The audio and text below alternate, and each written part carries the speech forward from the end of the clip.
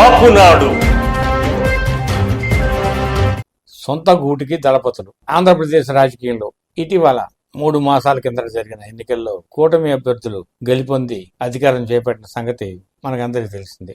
కానీ దీన్ని లోతుగా విశ్లేషించుకుంటే గతంలో చిరంజీవి ప్రజారాజ్యం పార్టీ స్థాపించి ఎన్నికల్లో అధికారం అంచులకి చేరుతున్న సమయంలోనే రాజకీయాల్లో వ్యూహరచనాపరుడు, ప్రభుత్వ ఖజానాని దోచిపెట్టి తన వర్గానికి పంచుకోగలిగిన సమర్థుడు వైఎస్ రాజశేఖర రెడ్డి. వైఎస్ రాజశేఖర రెడ్డి రాజకీయ చతురతతో ప్రజారాజ్యం పార్టీ అధికారం దరిదాపుల్లోకి వచ్చి ఒక్కసారిగా వెనకడుగు వేయాల్సిన పరిస్థితి వచ్చింది. అది ఒక సామెత ఉంది, రాజకీయాల్లో ఎప్పుడు ఒక చెడు జరిగితే అది మంచికి నాంది పలుకుతుంది. ఇవాళ ఆ రోజు చిరంజీవి రాజకీయంగా వైఫల్యం చెందటం, జనసేన పార్టీ ఆవిర్భావం కూడా ఒక విచిత్రమైన పరిస్థితుల్లో వ్యూహాత్మకంగా ఆంధ్ర రాష్ట్రంలో కరుడు కట్టిన కాంగ్రెస్ వాదుల్ని ఎదిరిస్తూ జనసేన పార్టీ ఆవిర్భావం, అది దినదినంగా అభివృద్ధి చెందుతూ ఈరోజు అధికారంలో వ్యూహాత్మకంగా వ్యవహరిస్తూ ఒక బలమైన రాజకీయ పార్టీగా ఏర్పడిన పవన్ కళ్యాణ్ త్వరలోనే 2029 నాటికి ఒక ముఖ్యమంత్రి స్థాయికి ఎదుగుతాడు అనే అభిప్రాయాన్ని ప్రజల్లో కల్పించాడు. ఇవాళ 2024 ఎన్నికల్లో ప్రధాన భాగస్వామిగా జనసేన పార్టీ ఎదిగిన తర్వాత జగన్మోహన్ రెడ్డికి వ్యతిరేకంగా తయారైన ఆంధ్ర రాష్ట్ర ప్రజల్ని ఒక తాటి మీద తీసుకురాగలిగిన జనసేన పార్టీ ఆ ఎన్నికలు కేవలం జగన్మోహన్ రెడ్డికి వ్యతిరేకము అనే ఒక స్లోగన్తో ముందుకు వచ్చి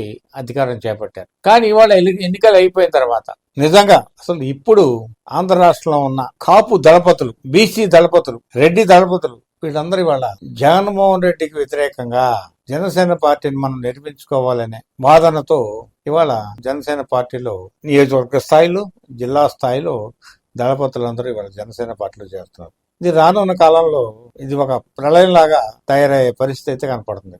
ముఖ్యంగా మనం చెప్పుకోవాలంటే కాపుల తూర్పు ముక్క సామినేని ఉదయభాను. ఈ సామినేని ఉదయభాన్ని తూర్పు ముక్కగా భావించకుండా అతనిని వీక్ చేద్దామనే ఉద్దేశంతో అతని కింది వర్గాన్ని, అతని శిష్యగణాన్ని ఒక రకంగా చెప్పుకోవాలంటే జోగి రమేష్ గాని, మల్లాది విష్ణు గాని, తలసిల రఘురామ్ గాని ఇలాంటి వాళ్ళందరికీ పదవులు ఇచ్చి ఇతన్ని నిర్వీర్యం చేయడానికి ప్రయత్నం చేస్తే ఇవాళ ఆ తూర్పు ముక్క జనసేన పార్టీకి బలం కానున్నాడు. ఇలాగ చెప్పుకుంటే గుంటూరు జిల్లా కిలార్ రోషయ్య, ఆయన చెప్పుకోదగ్గ నాయకుడు, చెప్పుకోదగ్గ బంధువర్గం కానీ కాపు సామాజిక వర్గం కొద్ది ప్రభావితం చేయగల నాయకుడు. అలాగే పెండెం దొరబాబు, పిఠాపురం, పవన్ కళ్యాణ్ గారి మీద పోటీ చేసిన వంగా గీత కూడా ఇవాళ జనసేన పార్టీలో రావడానికి వ్యూహాలు కదుపుతుంది. ఇలాగా ఆంధ్ర రాష్ట్రంలో జిల్లా స్థాయిలో, నియోజకవర్గ స్థాయిలో ప్రధాన భూమికలు నిర్వహించే సత్తా ఉన్న నాయకులు వాళ్ళు జనసేన పార్టీలో చేరిపోతారు. ఇది నిజంగా జనసేన పార్టీకి ఒక మహత్ అవకాశంగా మనం చెప్పొచ్చు.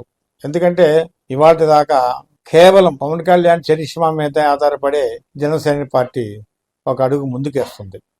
అలాంటి తరుణంలో ఇలాంటి దళపతులందరూ జనసేన పార్టీలో చేరటం నిజంగా శుభసూచకం. దీన్ని మనం ఒక ఆర్గనైజర్ గా వ్యవహరించి ఆంధ్ర రాష్ట్రంలో కుల మతాలకు అతీతంగా జనసేన పార్టీ ప్రధాన భూమికని పోషించాలనే విధంగా మనం తయారు చేసుకుంటే ఇవాళ పవన్ కళ్యాణ్ నాయకత్వంలో ఒక కాపుే కాకుండా కాపు, ఎస్సీ, ఎస్టీ, బీసీ, మైనార్టీ, అలాగే అగ్రవర్ణ కులాలు వీళ్ళందరూ కూడా పవన్ కళ్యాణ్ నాయకత్వం వైపు ఎదురు చూస్తున్నారు. ఎందుకంటే నేను ప్రాక్టికల్ గా 2-3 సంఘటనలు ఈ 2 రోజుల్లో నేను విన్నాను, చూశాను. దాన్ని బట్టి నేను ఈ వీడియో చేస్తున్నాను. రానున్న కాలంలో ఆంధ్ర రాష్ట్రానికి ముఖ్యమంత్రి కాగల సత్తా పవన్ కళ్యాణ్ గారికి ఉందని చెప్పి మరొకసారి కాపునాడు జాతీయ అధ్యక్షుడిగా నొక్కి ఒక్కాడిస్తున్నాను. Thank you.